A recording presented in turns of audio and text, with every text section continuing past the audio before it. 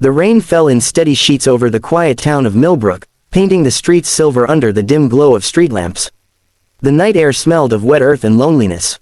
Sam Walker pulled his worn jacket tighter around his shoulders as he hurried across the parking lot of the old gas station. His 8-year-old daughter, Lily, was waiting for him at home, likely curled up on the couch with her schoolbooks and the family's golden retriever, Max. Sam was a single dad, had been for 5 years now. His wife, Emily, had passed away suddenly after childbirth complications, leaving him alone with a newborn and a shattered heart. Life had been brutal at first, but over time, Sam learned to smile again, for Lily's sake. He worked as a mechanic by day and took odd handyman jobs by night. Whatever it took to keep the bills paid and his little girl's dreams alive, he did it without complaint. That night, as Sam was about to start his old Ford truck, a blinding pair of headlights cut through the rain. A sleek black Mercedes came skidding around the corner, tires screeching on wet asphalt. The car spun twice before crashing into a wooden guardrail with a thundering crunch. Sam didn't think. Instinct took over. He jumped out of his truck and ran toward the wreck, rain whipping against his face. Through the shattered window, he saw a woman slumped over the steering wheel, blood trickling down her temple, her body trembling. "Hey, hey, can you hear me?" Sam shouted, yanking open the twisted door with all his strength. The woman's eyes fluttered open. They were sharp blue, full of fear and confusion. "Please, don't hurt me," she whispered weakly. "I can't walk." Her words hit him like a knife. Sam's heart squeezed as he realized she wasn't just hurt, she was terrified. "Easy," he said softly, holding up his hands. "You're safe. I'm here to help, all right? My name's Sam. I'm gonna get you out of here." She looked at him, studying his face as though trying to decide whether to trust him. Finally, she nodded faintly. Sam carefully lifted her from the seat, feeling the tremor of pain through her body. Her ankle was twisted unnaturally, likely broken. He carried her through the rain to his truck and wrapped his jacket around her shoulders. "Hospitals closed this late," he murmured. "But my place isn't far. We'll get you warm, call for help from there." She didn't resist. Maybe it was the exhaustion. Or maybe something in his voice told her she was safe. Sam's cabin sat on the edge of Millbrook, surrounded by pine trees that whispered in the wind. The old place wasn't fancy, patched-up roof, flickering lights, but it was full of warmth. Lily met them at the door, eyes wide with worry. "Daddy, who's that?" she asked softly. "This lady was in an accident," Sam said gently. "Go grab the first aid kit, sweetheart." The woman tried to protest. "I don't want to intrude." "You're not," Sam interrupted. "You're hurt. You need rest." He helped her onto the couch, her leg propped up on pillows. As the fire crackled to life, color returned to her face. She was beautiful, even through the dirt and pain, mid-30s, elegant, the kind of woman you'd expect to see in glass offices, not broken on a country road.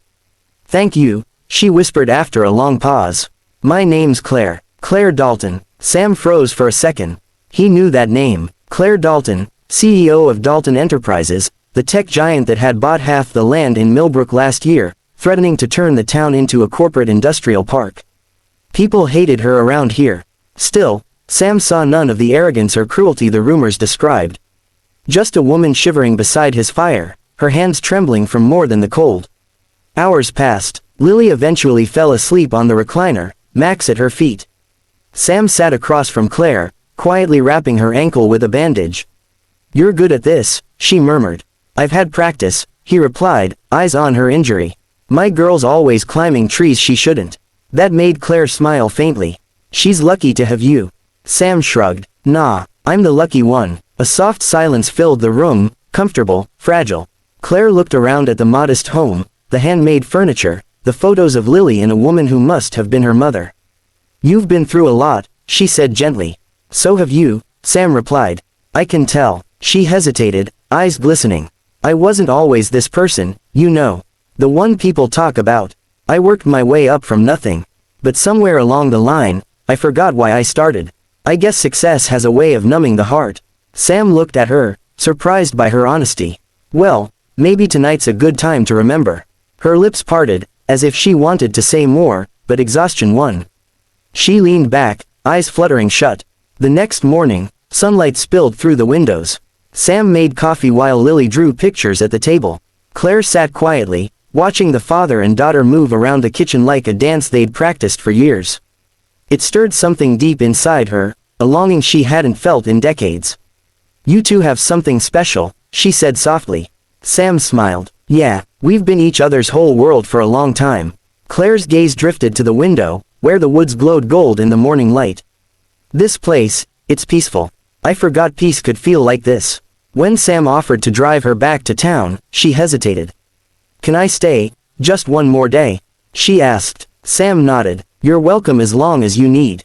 That evening, they sat on the porch. Claire's leg was healing, but her heart was opening in ways she couldn't explain. "You don't judge me," she said suddenly. "Not my place to judge," Sam said, sipping his coffee. "People make mistakes. What matters is what they do next." She looked at him with tears forming. "I came here to sign the final papers, to start construction. We're going to demolish part of Millbrook to build a new plant." I thought it was progress. But now, she looked toward the forest. "Now it feels like I'd be killing something alive." Sam was quiet for a moment. "You gotta ask yourself, Claire, what's the price of progress if it costs people their homes?" Her eyes dropped. "You're right, maybe it's time I stop running from my conscience." The next day, Claire made a call from Sam's old rotary phone. Her voice was steady, but her hands shook. "Cancel the project," she said firmly. "We're not touching Millbrook. Find another site, something that doesn't destroy what's sacred." Her assistant stuttered on the other end. "Ma'am, the board, I am the board," she interrupted. "And this decision stands." When she hung up, she looked at Sam, smiling through tears. "You changed my mind, Sam Walker." He shook his head. "You changed your own heart. I just reminded you it was still there." Over the following weeks, Claire stayed in Millbrook while she recovered. She helped Lily with her schoolwork, baked cookies for the neighbors, and even joined Sam fixing fences and repairing old cars. For the first time in years, she laughed, really laughed.